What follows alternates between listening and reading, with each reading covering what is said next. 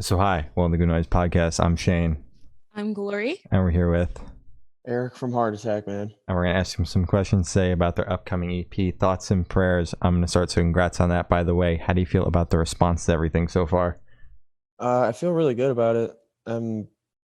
Like the response to Pitch Black has been awesome, and the accompanying music video. So thanks to everyone who's been checking that out and sharing it and everything. It's like the best single of ours has been received, so I'm really hyped. Did it break Yeah. 100K streams yet? I think so. Hell yeah! As it should. Congrats. It's a banger. Yeah. It's So- like this morning it was at like 99. Goddamn. Oh, I'm pretty sure it broke it then. Yeah. Yeah. Yeah. That's huge. That's Yeah, huge. I'm this is like very exciting. As you should be. So is there any meaning behind the EP name or cover art? Yes. Would you like to tell us the meaning? Like really with Thoughtz and Prayerz, I mean that's the title track. It's the second track of the EP. I mean really without giving too much away of it, we just kind of wanted to play off the imagery, just more of like a semi religious imagery. Mhm. And the cover art that we did, like I don't know, I wanted to do something very stark and like immediately sort of, it just our album covers and anything we've done, it's normally pretty simple, and I just want to keep it straightforward and very just kind of like striking. Mhm. But really just the ideas that play with that was kind of just riffing off of the title track, and really just in that song it's just kind of, I don't know, taking on the idea of the whole Thoughtz and Prayerz sentiment. It's like kind of just a cop out and just like saying something but not really caring, or like things that it's just, geez, did you hear that? Yes. Yeah. It's all good. It's all good. Man, My alarm went off mid-interview before, so like it's We're all good. all There's good. no I worries. I don't know how I don't know how to like turn it off on. I just hope no one texts me. Today is one of those days where like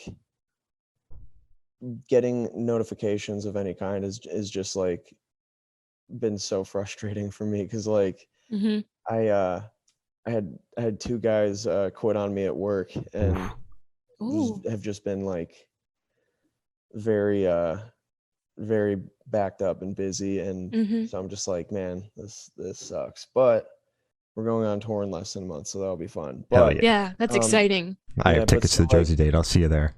oh hell yeah. But so really with like the title track and the idea with the EP is just kind of like it's not it's like that's not, that's not the what I talked about with the sentiment behind Thoughtz and Prayerz. It's not like the entire EP is about that, but really, the title track was, I feel like that title track is sort of our biggest departure from how we've it's like our biggest departure from how we've traditionally sounded. Mhm. Mhm. And and like bringing in all kinds of new influences. So for me, that was kind of like, it made sense to go with that as the title track and to kind of like riff off of that, because I feel like it's introducing the most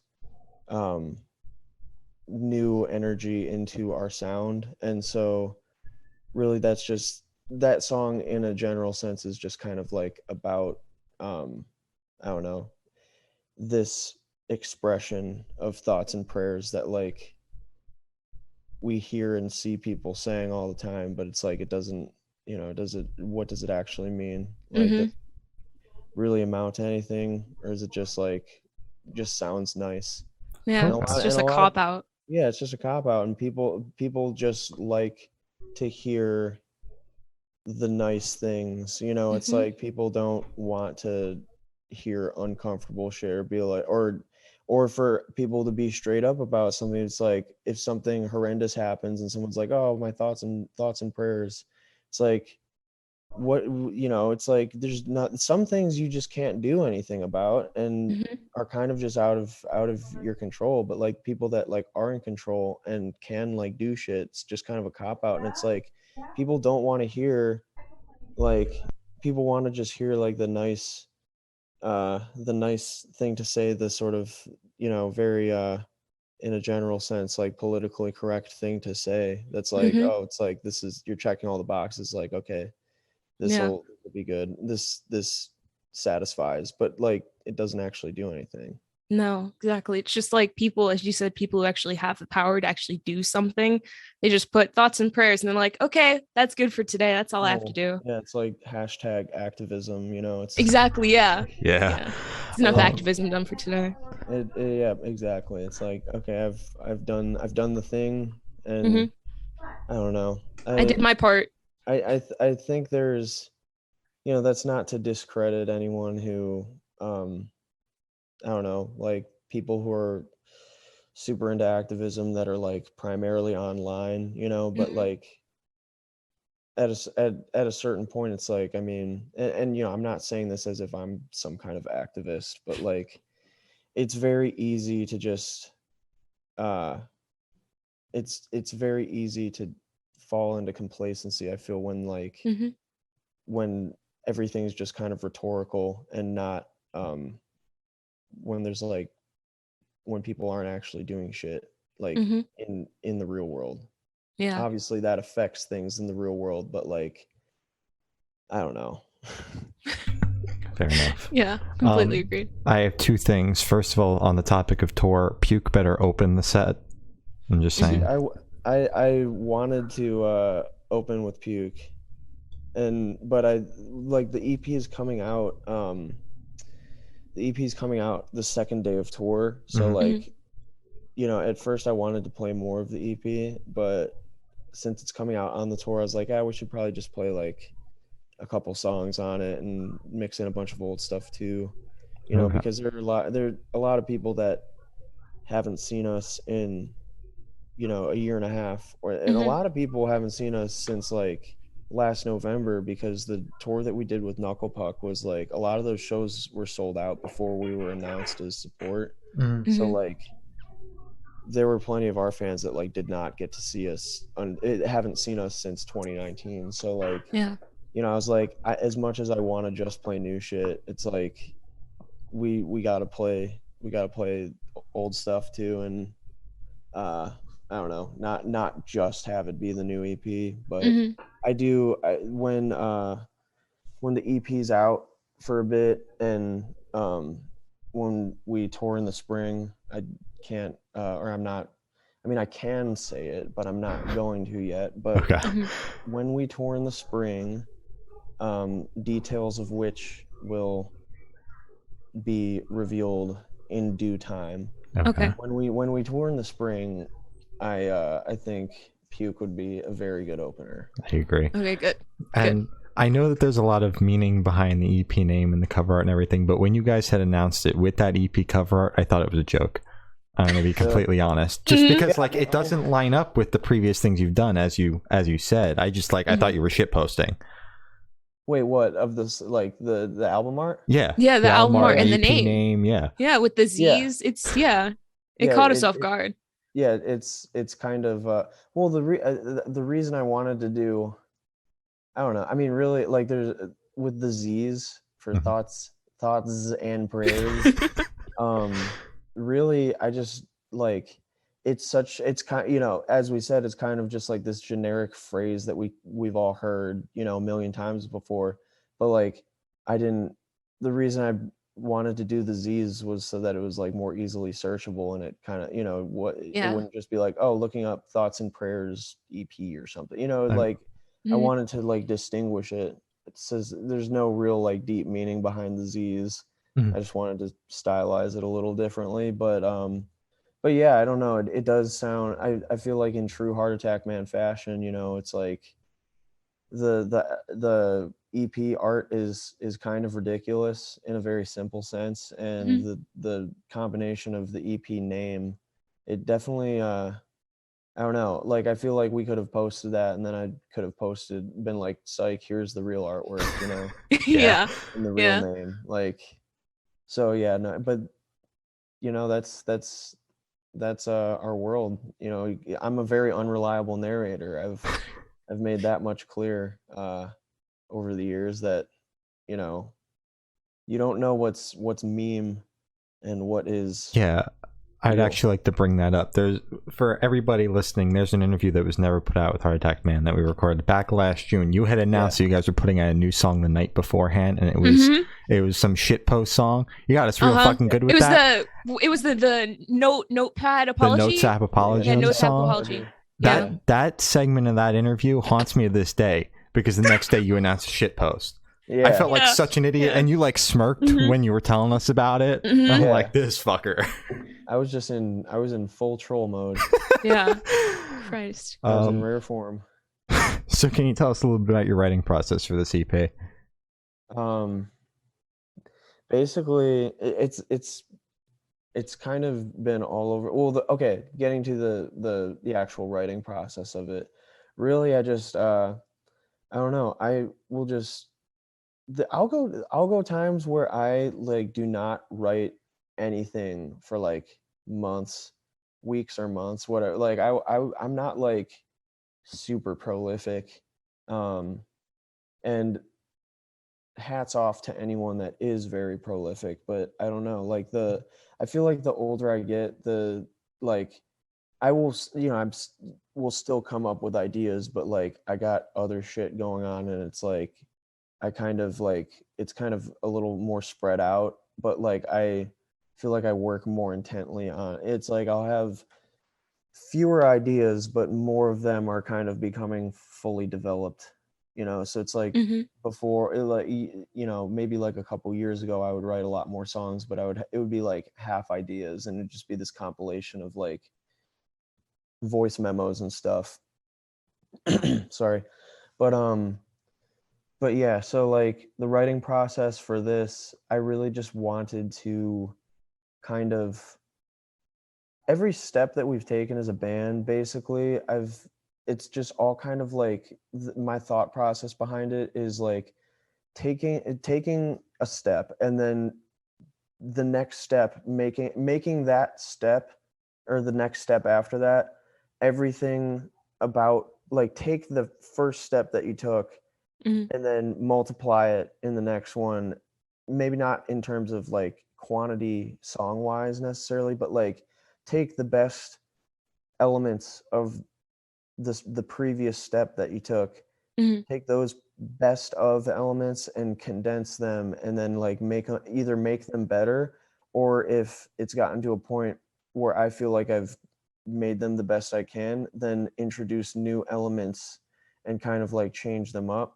So it's all been this kind of like cycle for me, where it's like all just really stems back to like the very first recordings that, you know, I released before we even had a full band, and just like one step at a time, really just building on that. And I feel like a lot of it's just been, you know, for us, it's been a lot of just kind of naturally sort of like rising momentum, where it's like every step of the way we've, you know, gained traction, gained momentum, but it like has never been anything that has been too much for us to handle, or anything that we weren't like, that we haven't adjusted to. But the writing process to I guess to actually answer your question, the writing process for this EP has really just been kind of taking my favorite elements of Fake Blood and like the elements that I thought were the best, and kind of just like really refining them. And then also, you know, there are definitely there are new qualities being introduced into this EP that I feel like will kind of surprise people, but it's like these new elements are still employing old sort of ideas, and kind of signature ideas in a way, like things that I do in like little things that I do in every song that we write that are just kind of like what make the song feel complete to me. So like Mm-hmm. the little things that I do, kind of still applying those to these new ideas. But it's I don't know, it's been an interesting process, because like we started recording it last year, and it's like we didn't record it all at once. We kind of recorded it in bits and pieces. um but overall, I'm very happy with it. I'm very happy with the songwriting overall. And I mean, not to like toot my own horn, but I think what I'm happiest with most is just like my voice Yep. um becoming stronger, and Mm-hmm. like having more control over my voice. And I don't know, this is like the happiest I've been with how, not right now just my talking voice, but just like my singing voice and Yeah. yelling stuff. Like I feel like as a performer, I am the happiest I've been with how my voice sounds. So, and it's definitely like a bit further up in, or higher up in the mix too. So it's like, with, I mean, Pitch Black is like a high intensity song, and the vocal mix is, it's definitely up there a bit more and kind of in your face. Mm-hmm. Definitely. Definitely. And as a listener of just Heart Attack Man in general, I did notice that you've become a lot stronger with your voice, and I Oh, thank love you. it. And I love Yeah. seeing the progress, and you're doing amazing. This Thank EP, you. we actually got an advance of the EP, so everything sounds amazing. Thank you. And yeah, you guys are doing great, Thank you honestly. so much. Hmm. So I want you to tell us your favorite lyric off this EP and the meaning behind it. Oh man. Um, I'd say I'd have to go with, I think that the lyrics to Leap Year are Mhm. like some of my favorite lyrics I've ever written. Um, I'd say the chorus of that song is like, I think lyrically my favorite chorus I've ever written.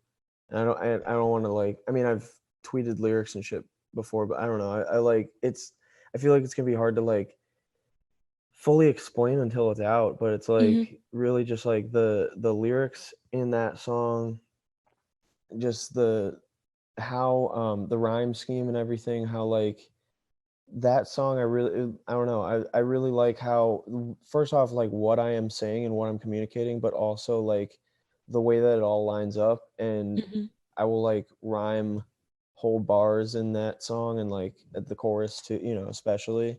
um so, and just the way that it all flows, and the melody and everything, how it all just comes together, like I'd say that's my favorite song lyrically, especially at the chorus. Mhm. Good pick. Perfect. Yeah. So how'd the track list for the EP come about? Did you write the opener be the opener, closer to be the closer, or did you just kind of shuffle it around and say that's good? So that's a good question. I was so Puke, I knew from the start I wanted that to be the opener, and I like wrote it with Mhm. the intention of it being like the intro song. Sorry. You're good. It's okay. It's all good. Uh, yeah, I wrote that with the intention of it being the intro song, but I didn't know the rest of it. I was just kind of like, okay, this is a cool starting point. And Mhm. then as it all came together, it's like it goes Puke, Thoughts and Prayers, Cool to Me, Pitch Black, Leap Year. And the way that, as we, kind of decided on this batch of songs, the way that it's arranged now is kind of like, okay, it's the EP is like front loaded with the heavier stuff, the new elements being introduced. Mhm. And it's like Puke and Thoughts and Prayers are definitely like our heaviest songs yet. And then Cool to Me is kind of like this weird, like, it's like the weird groovy middle ground, it's kind of heavy, but more so just kind of like, we actually the drums for that song are just like a loop. So it's like Mhm. Adam recorded his drums for it, but it's like we recorded like a measure of that and then just like looped it. And so that's like something that we haven't really done before, which was interesting, and I think it sounds really cool. We wanted to go for like a more sort of like dronier, like repetitive feel with it. But like, Yeah. so that song is kind of like the middle point where it's like, still kind of heavy, and there's still some like aggression there, but like it's kind of blending into the back half of the EP, which is, like the more of the sing along songs that are kind of like a little bit more in the vein of like styles that we've kind of already done before, but I feel like we're doing the best we have now in terms of like, because Pitch Black is like my favorite chorus that I've ever written, and then like Leap Year as a song, the song as a whole, structure wise, is just my favorite in terms of how it's laid out and structured and everything and how it flows. So like, but those songs are a bit more reminiscent of, you know, a little bit more reminiscent of stuff we've done before. It kind of made more sense to, you know, release Pitch Black first, because it's like, okay, this is familiar enough for people that already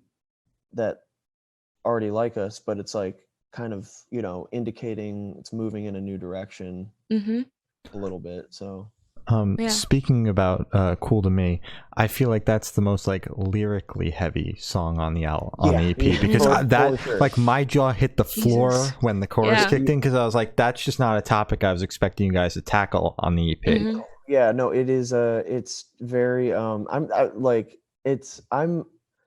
so to the listeners out there, I'd say like it's kind of, well, I feel like it's kind of like the natural development for, like, you know, we did on Fake Blood, we had Cut My Losses, which is like very, you know, kind of heavy and personal and uncomfortable. And No Tap Apology was kind of like you know, in a similar vein, like in that it was uncomfortable but a bit more lighthearted. Which, you know, there are plenty of people that I've talked to that like really appreciated that song and like really enjoyed that, and plenty of people that did not appreciate that and did not enjoy that. So it's like I understand that it's like an uncomfortable subject matter. But so, you know, I'd say Cool to Me is kind of like the logical next step of that, where it's like, you know, a bit more serious and more it's very uncomfortable. It's very like just kind of like like I was saying, you know, just kind of those things. It's like, you know, it's not comfortable to hear, but it's like I want to talk about this shit, because like I don't know, it's like people talk about it all day, but it's like what actually gets laid down, what are people actually putting out in you know, you can talk about stuff all day, but it's like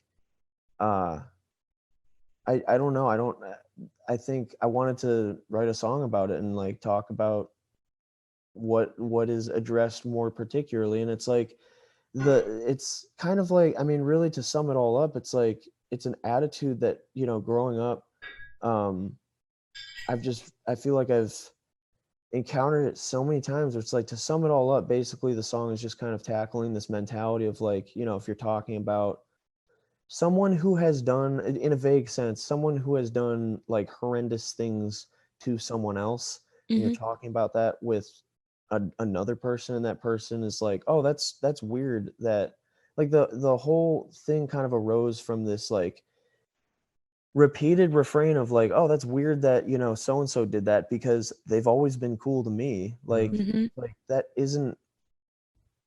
doesn't, it's not mutually exclusive. Like they can still be nice to you and simultaneously do horrible shit to other people. It's like, you know, the human condition is not a standardized thing. It's not like, oh, this person is nice, so they are nice to literally everyone. And like, people are complex as hell, and like people can also be terrible. You know, it's like people can be really nice, put on a nice face for certain people, and be terrible to other people. And really, like, it's particularly tackling that idea of like, you know, it's really just you know, kind of just from this perspective of someone who's like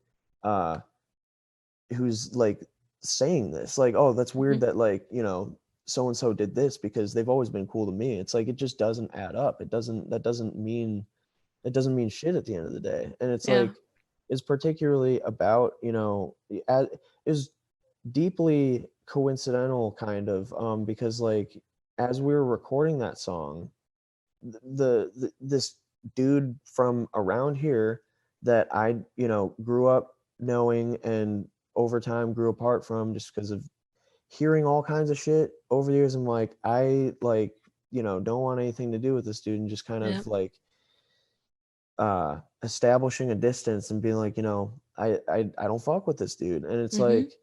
like, it, coincidentally enough, it's like, that attitude I'd seen so rampant with like this dude in particular. It's like anyone I would talk to about that be like, oh, that's weird, like he's always been cool to me. It's like, okay, but like Yeah. but then as we were recording that song, it's like shit hit the fan with this dude, and like so many women came forward online about horrendous things that he has done over Mhm. over the course of a decade. You know what I mean? It's like it was like the floodgates open, and I was like, holy fucking shit. Like, and the whole thing is like the whole time I'm like, I never knew of anything concretely that was like I knew someone personally that I could go to verify. I'd be like someone that I knew that had been like victimized by this dude, and so I was like, it was kind of one of those like where there's smoke, there's fire type of situations where I'm like, I don't know anyone personally that like has confided shit in me about this individual Mhm. to where I could, and even at that, it wouldn't be in my place to be like bringing that shit to light. You know what I mean? Yeah. If Yeah. someone's confiding that in me, I'm like, okay, I'm gonna like make this a public matter now. Mhm. It's like that's I it was always just kind of one of those things. I'm like, okay, like I don't know if any of this to be 100% verifiably true because can't I don't know uh anyone personally, but like it's just one of those things. Like over the years, more and more things, I just kept hearing things and hearing things. I'm like, man, like I don't know. I feel like this is just bad news. Like, Yeah.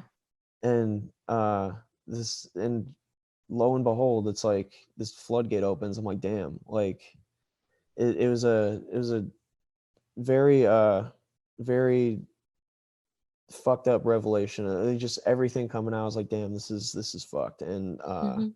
I don't know, really just kind of like the basis of that song. I feel like I'm just kind of rambling at this point, but I mean, really You're just with fine. that song is like more or less just kind of like tackling that mentality head on of just like, okay, like this person being nice to you doesn't fucking mean shit. You know what I mean? It's like Mhm. it's that isn't a uh that isn't like a satisfactory like okay, this person is good and incapable of doing anything wrong because they're nice to me. It's like that doesn't mean that at the end of the day that doesn't really mean anything. Mhm. Exactly. So I don't know. I think the song, it's like I and I feel it would be this kind of same thing with cut my losses and notes app apology. It's like there are going to be people that really appreciate that something like that is being talked about in a song, and then people that don't think it's appropriate at all. But I don't know. I mean, for better or for worse, it's like I do think that these kinds of conversations need to happen Mhm. and still need to happen. It's like I feel like we need to be uh pushing forward of like what's acceptable, like what kind of like these mindsets and these attitudes that people have about these kinds of things. Like I don't think that someone being nice to you is like nice isn't enough really. Mhm. Yeah. It's and that's like that sounds kind of shitty and negative, but it's like I don't know, someone being nice to you doesn't exclude them from being capable of doing bad things. Exactly. Absolutely. Yeah. So I don't know, it's kind of like you said, it's very heavy Mhm. Mhm. and uncomfortable, but I feel like there's a big conversation to be had around that. And I don't know. I just know there's gonna be a lot of people that don't like it, but I don't Yeah. know. I wouldn't be like standing behind it and wanting to put this out if I didn't think it was important. Mhm. And like the world that we're currently living in, it these conversations have to be had whether people like it or Exactly. not. Yeah. So not enough people are talking about it like in their lyrics and everything. So I'm glad that you Not are, only that, but not enough people are talking about it and like just in general. people talk about shit in passing, but it's like really like I don't know. I feel like you can say shit all day, but like when you're I feel like how do I put this? It's like you can talk about something you can talk about something all day, but it's like really at the end of the day, if there's no like actual sort of attitude shift about something, if it's like okay, this uh mentality of like that, what we've talked about. It's like accepting that just for what it is at face value. It's like we can't be like just accepting that anymore. It's just like it's like, okay, this person's nice, so they just have a blank check with my trust written all over it. I don't know. Yeah, I completely agree. I don't know how to shift from this topic to the next question, so I'm just gonna go ahead. Yeah, just go for it. Cool. So what song off of this EP took the longest to write, and which one is your personal favorite? Okay. That's a good question. Thank you. I would say that, well, ironically enough, as we were just talking about Cool to Me, Cool to Me was actually the one that I wrote the quickest, because it just... Really? Yeah, like that one just... So I guess the kind of flip of your question, the one that took the longest to write, was not Cool to Me.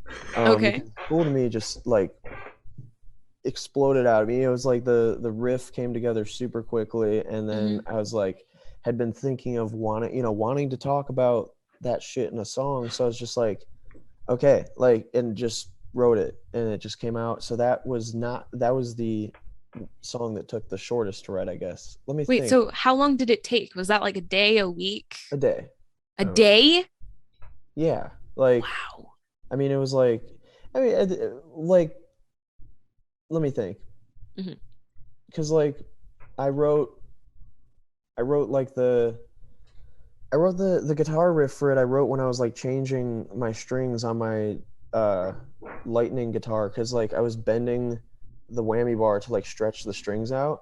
So like I was playing, it's like the bendy riff of it, which I feel like for anyone that's gonna be listening before that hasn't heard the song, yeah, very like no context, it's very confusing, but the riff is just like this weird bendy sounding riff, just distorted bendy goodness, but I came up with that riff because I was just like stretching my strings. I was like, oh, that's cool. And then I was just like toying around with it, and I was like, oh, that's fun. Like I like that. I'm gonna roll with that idea.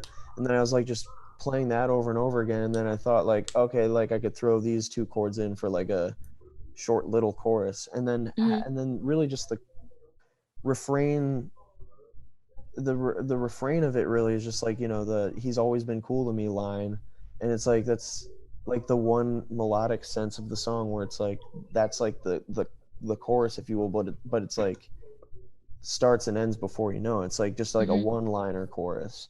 But yeah, I'd say that song I wrote like in a day. Like I wrote the guitar, I wrote the song on guitar, and then wrote the lyrics. Like, let me think. Well, I wrote the song, wrote the guitar part during the day, and then I like fell asleep that night, and then woke up and wrote the lyrics. Okay. Wow. But let me think. The song that took the longest to write was probably Leap Year, because I'd been toying with the main chorus idea, the chord progression, for a long time.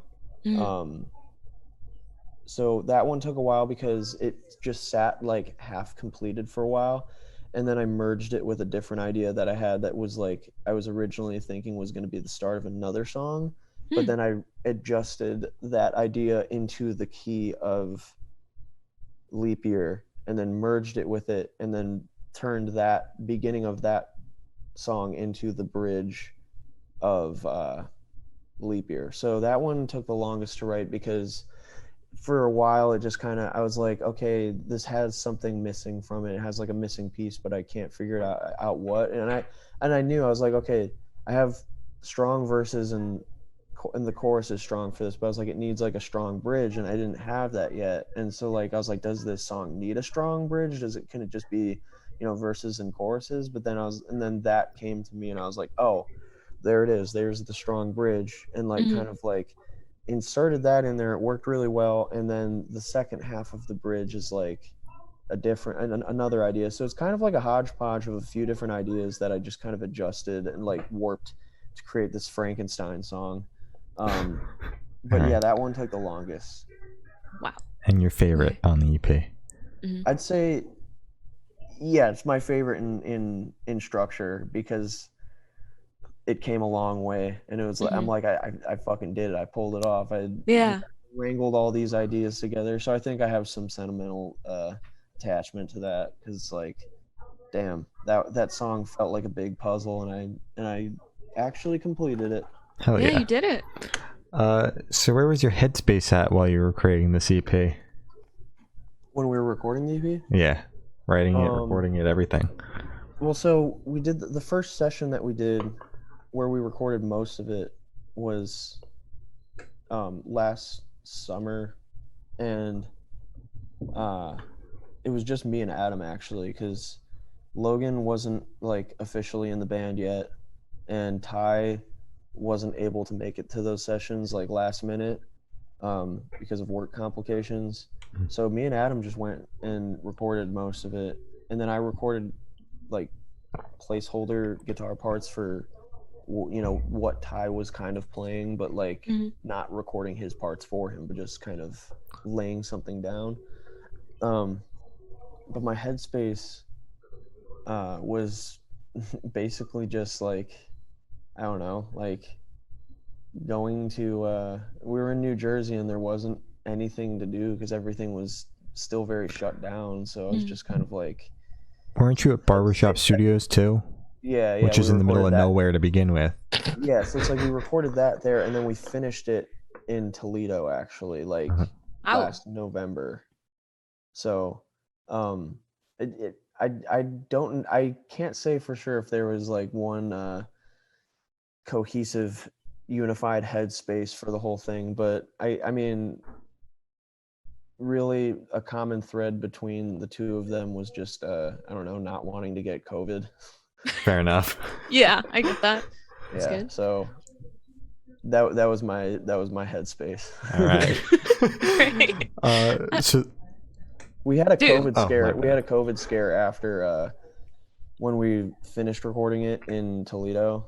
But thankfully none of us had it. All right, good. Okay, good. Let's keep it that way. Yeah. Oh yeah, definitely. Let's keep that same energy going through tour. Yeah, please. Yeah. So how do you recommend your fans to listen to this EP for the first time? Should they put on some headphones, turn off the lights, just kind of sit with it? Should they play it in the car with some friends? Should they blast it at a party? What do you recommend? That's a really good question. Thank you. I, off the top of my head, thinking about it, I feel like most, I don't know, most people in bands would be like, oh yeah, put on like the nicest pair of headphones and, you know, really sit with it and listen. I'm like, I don't know. I think this is a very high energy EP. I think if I was not in Heart Attack Man and wanted to be told how to listen to this for the first time, I think listening to it in a car would be cool. Like just driving around, turn it like really loud, I think would probably be the coolest. So I'll go with that. All right. Is this in the morning, midday, night? Is it raining, snowing? Okay. I'd say at night, just a pretty clear night, not raining or snowing or anything, because you gotta focus on being a safe driver. Definitely that's important. Definitely not speeding, but also being able to like enjoy the EP. Yeah, I think a night drive with it would be a cool first listen. Okay. For sure. Well, I listened to it driving home from school, and my only gripe is that it wasn't long enough to get me through the entire drive. So I sat in silence for about 5 minutes. Well, next time we do an EP, I'll make sure it's like 5 minutes longer. Perfect. Speaking of making it longer, I'm sorry. Are there any B-sides by any chance? Because it is a short EP, and I would like more. Kind of. So I guess from the recording sessions that we did, so I Old Enough to Die, which we released a couple months ago. That, like, I wouldn't say that was like a B-side, but like we originally were like thinking of having Old Enough to Die on the EP, but then as we like really got into it more and like we're listening to it, we're like, we just kind of realized we're like, this song just kind of doesn't fit. And it's like, but we didn't want it to be viewed as a B-side, you know what I mean? Where it's like, okay, the EP's out, and 6 months later be like, here's this song that wasn't good enough to make it on the EP. Yeah. Pleasure. Like, you know, it's we didn't want it to be like an afterthought to the EP, so that's why we released it before as its own single, because it wanted to have its own moment to shine. But like, yeah, that song came from the same sessions and isn't on the EP, so I guess like kind of that. But there's like a couple other ideas that like were a couple other ideas that weren't like fully completed that, you know, we'll develop more down the line. But, you know, we kind of there's this one song that I've developed a bit more since that, like, the instrumental is really cool, but I want to make some changes to it now. But like, we have like this instrumental that I've been working with that I really like. It's like really fun, really upbeat, and the whole reason I didn't, like, I don't know, I had some like melodies in mind for when we were recording it, but like I didn't have lyrics yet, so I didn't want to rush it. But yeah, there's some stuff that, like, I don't know, there's some ideas floating around there from those sessions. All right. Well, hopefully we'll see that on the next drop. Yeah. Album. Yeah. Album, please. So this question should be, I don't know what, like, you gotta figure out the next move, you know, like what's doing this EP, like whether the move is like an album next or another EP or like a bunch of singles or something. I don't know, like we gotta figure that out. Okay. Yeah. Definitely take time when the EP drops to, you know, bask in it, you know, be like, we did it. And don't rush along to the next thing, please. Just take your time. I like, and I get when bands are like excited to, you know, just keep rolling and keep releasing new stuff and like kind of rush it, but like, I don't want to rush it. It's like I don't want to release this and be like, okay, see you all in like, you know, 2 or 3 years. Yeah. Like I want to like, I don't like that model of release schedules like that, where it's like, okay, you know, you release an album every 2 or 3 years or something, or 4 or 5, depending on who you are. I don't know. Yeah. Let's not do that. Yeah. No, I don't. I hate that. Like, I want to be more active. Okay, cool. So this question should be super, super quick. Off the top of your head, I want you to describe this EP in 3 words for new listeners, no more, no less. Wait, describe it in 3 words? Yes. 3 words. Thoughtz and Prayerz. Cheap. No. Okay. Denied. Try again. Heavy. Okay. Fun. Okay. Kick ass. Okay. Perfect. It's a compound word. Yes, it is. Okay. It is. Perfect. So is there a certain feeling or emotion you want this EP to invoke in your listeners? I no. I'm not. Yeah, that's good. If I want our fans to get what, I don't know. I want them to find their own shit in there, you know. I'm like, I don't want to be like, okay, here's how here's how I want you to listen to our music, now follow my commands, you know. It's like, I don't know. I am a firm believer in, like, you know, if you're an artist or in any capacity, if you're putting things out into the world, anything creative, any work like that, if you're putting that out into the world, once it's out, that's like that's it. Like, you know, I think too, you got to put it out there, and that's the beauty of it, is that you can put it out there and people can do with it whatever the hell they want. And that's like part of this magical exchange that we're all, you know, participating in. But it's like, I am a firm believer in just kind of putting shit out there and just being like, okay, you know, you do with it what you want and identify with it how you want. And like, if this means this to you, then that's what it means. You know, it's like, the songs that I write mean what they mean to me, but that doesn't mean I want them. I don't think it's fair to be like, this is what it means to me, so it has to mean this for everyone. You know, it's like, I don't know. I think that's like, people get very literal with shit a lot, like especially music, and it's like, I don't think that there needs to be more room for interpretation and imagination and shit. And like, I think that I don't know. I want our fans to I just want them to rock with it and have a good time. And you know, if there's shit that they pick up on there where they're like, oh, this means this to me, then like that, then roll with it. You know, it's like, I am a big believer in that. All right, that's good. I like that. So what band or artist influence do you think you can hear the most on this EP, if any?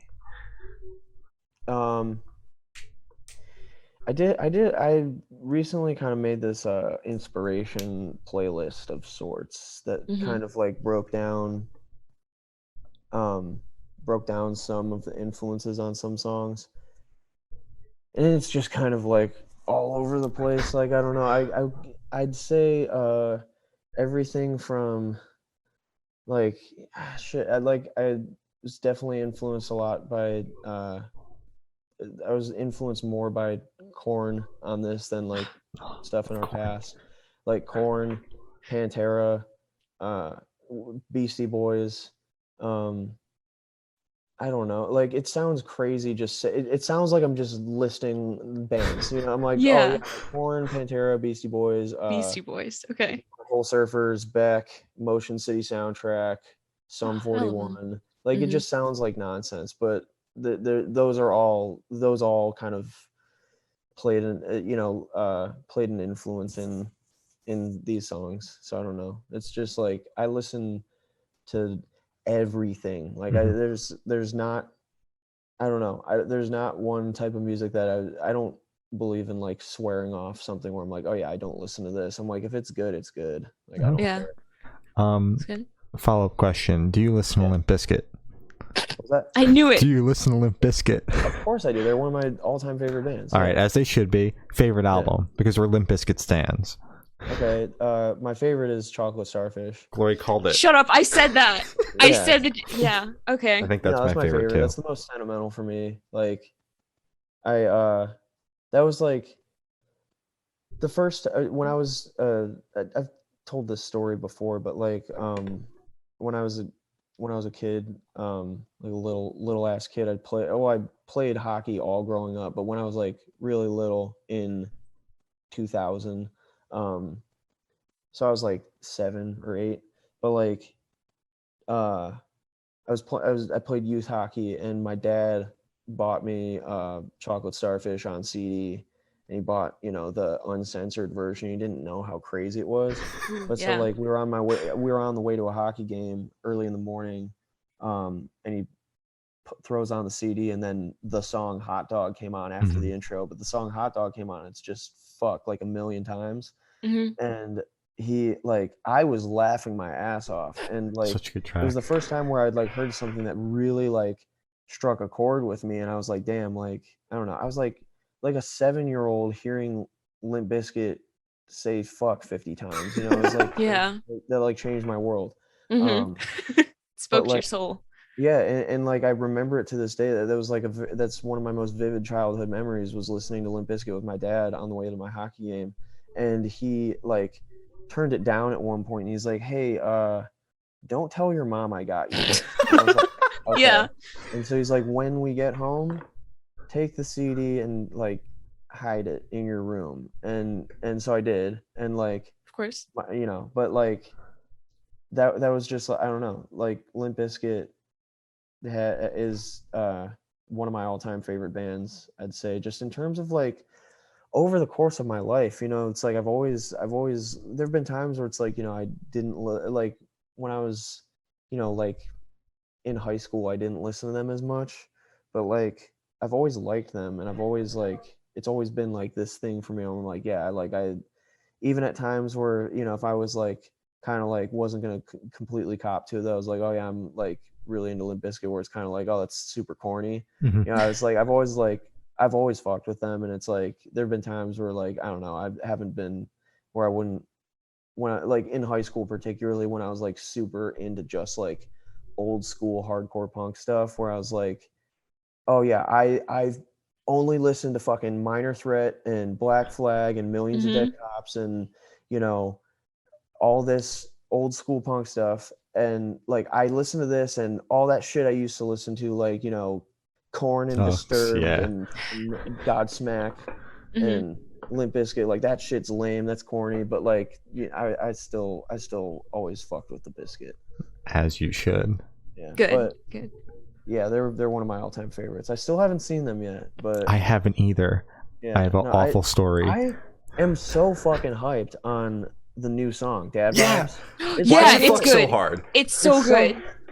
It's like they didn't miss a beat. I don't know. It's still it's so interesting to me because it still sounds so distinctly Limp Bizkit, but it doesn't sound like they're trying to like be Limp Bizkit. You know, it doesn't sound like it doesn't sound like they're like, okay, let's phone in this Limp Bizkit sound and just churn out a song for, you know, it's like they don't need to make another song in their lives. You know what I mean? It's like, but like it comes off as very uniquely like of its own thing to me. And I respect it heavily because it's like, I get the same sense with that song that I get from like bands like Failure and Swerve Driver that are like, you know, bands that were released their sort of seminal works in the 90s that people know them the most for in the 90s, and then they kind of went away for a while and then came back, and now it's like Failure has released, you know, incredible music since they've been releasing music again, and Swerve Driver,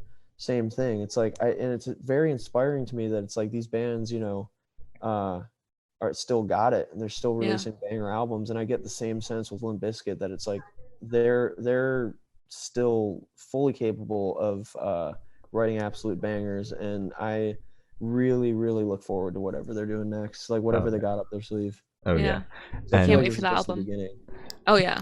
Speaking of seeing Limp Bizkit live, now they were supposed to go on tour this summer, and I had tickets to see them in New Jersey, and that was the night that they had canceled the tour. So I pulled up to the venue, was like waiting in line, like why is there no one else around? Yeah, you know, check my phone. They canceled, so I was this close to seeing Limp Bizkit, but they just signed to some big booking agency, and the agency said that they're going on tour. So I was gonna see them at Incarceration in Ohio last year, and that got canceled because of COVID. But like I was pumped because I was gonna see them, and I was like getting into that festival because of a friend, so I was like gonna see them for free.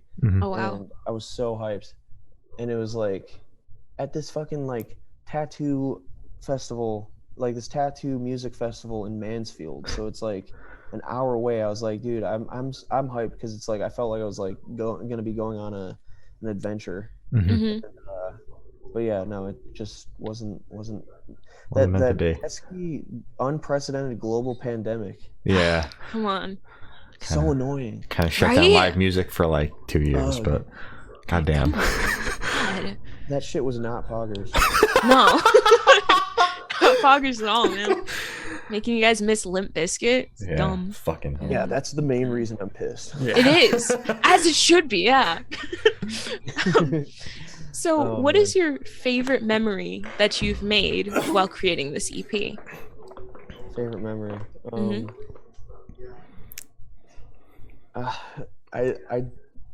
I just love going. I mean, it sounds generic, but I mean, really just any time that we've gone to the barbershop in New Jersey, it's like, it's just been a great time. And it's like, I don't know, it's kind of just this indescribable, magical sort of atmosphere. So I don't know, just being there. Yeah. Good answer. That's good. So picture this, you're on tour, you're at a gas station for a rest stop. What is your snack of choice? What's my snack of choice? Yes. Probably just chips. Okay, chips. What type of chips? Kettle cooked. Ooh. As it should be. Those are the best. Yeah, they're like super crunchy. Sometimes they like hit your gum and it hurts, but it's like a good hurt because it's like, oh yeah, that's how you know it's good. I'm suffering. Yeah. All right. So speaking of food, if the band was a dish, what dish would it be? Um, I don't know, something. Let me think. Something. Well, Logan's not vegetarian or vegan, but I'd say something. I don't know, like a big fat veggie burrito or something. All right. Ooh, yeah. That's good. Only a few more left. I know we've been at this for almost an hour. Oh God. Oh, I'm sorry. I didn't even realize. It's all good. So where do you see the band in the next 5 years? Oh man, I don't know. I don't I don't know where I'm gonna be in 5 years. Fair enough. Let alone the band. Who fucking knows? I like to think I'll just manifest it that we'll just be on top of the fucking world and I don't know. Touring with Limp Bizkit. I was gonna say the same thing. Touring with Limp Bizkit. 3 more albums down. I'd say I'll just say doing what we do just on a bigger scale and just continuing to just do our thing. I don't know. That's the plan. To just keep doing it. It's fun. If it stops being fun at any point in the next 5 years, you know, we'll stop. But as of right now, we're all on the same page. We're all still having fun. So, and there's still things that we want to do. So, whether or not we accomplish those in the next 5 years, we'll see. But who knows? Maybe we won't be a band in 5 years. But who knows? Fair enough. I don't know. As doom and gloom as that is, fair enough. Yeah. I'm probably the last person who knows. Right. So for these last couple questions, we're going to shift away from music, if that's okay with you. Yeah. Sick. So we're going to go straight to death row. Boom. So if you're on death row, what would your last meal be with a drink? Wait, with a drink? With a drink. Don't forget the drink. Okay. Last meal. I've actually watched a lot of you know those like videos that are like, oh, like famous death row last meal. I've watched a bunch of those videos, but I don't think I've ever really thought about what my last meal would be. Oh, come on. I haven't. I don't know. Should be common knowledge. I mean, I don't plan on being on death row anytime soon, so I don't know. I haven't really prepared for this hypothetical situation in my mind.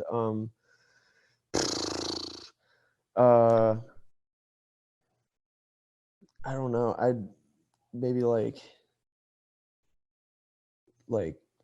vegan pumpkin pancakes or something.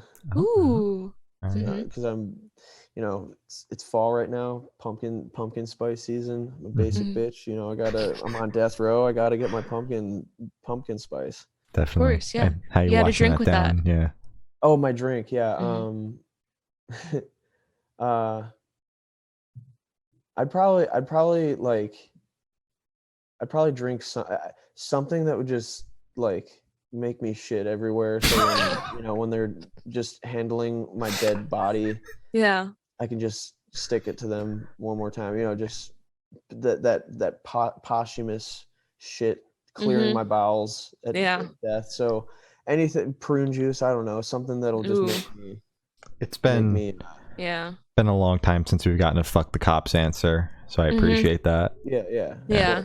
Always. Sounds good. So if you could live in one fiction world for a week, where would you live?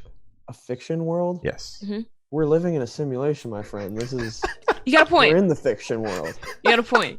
So right here, now, right here, nothing is real. Fair enough. All right, perfect. So I have the honor of asking the last question. Every single person we've spoken to has actually said it is the most important question. Okay. What is your favorite color? My favorite color? Okay, I'm just gonna. Damn. That's the most important question I've ever been asked in my life. No, no, I appreciate you asking that because I don't know. That's a good question. It's beautifully simple. I'd say my favorite color. It's tough. I fluctuate. Right now, I'd say gray. Ooh, okay. I like that. I like gray. Are we talking like a dark gray, light gray? Heather gray. Heather gray. Like lighter. Yeah. Yeah, I guess heather gray isn't technically one color. It's like white mixed in, kind of, but like, I don't know, athletic gray, like a lighter gray. Oh yeah. Okay. Okay. Yeah, I get it. All right. Sounds good. Yeah, I like that. I like that color. It's a good color. So as Gloria said, that's all the questions we have today. Is there anything that you would like to plug? No. New Not the EP, not socials, the tour. Anything else that's going on? No. Okay. No? All right. Perfect. All right. Well, thank you for now. This has been Of Eric course. from Heart Attack Man, and we have been the Good Noise Podcast. Thank you for having me. Anytime. Of course. Excellent.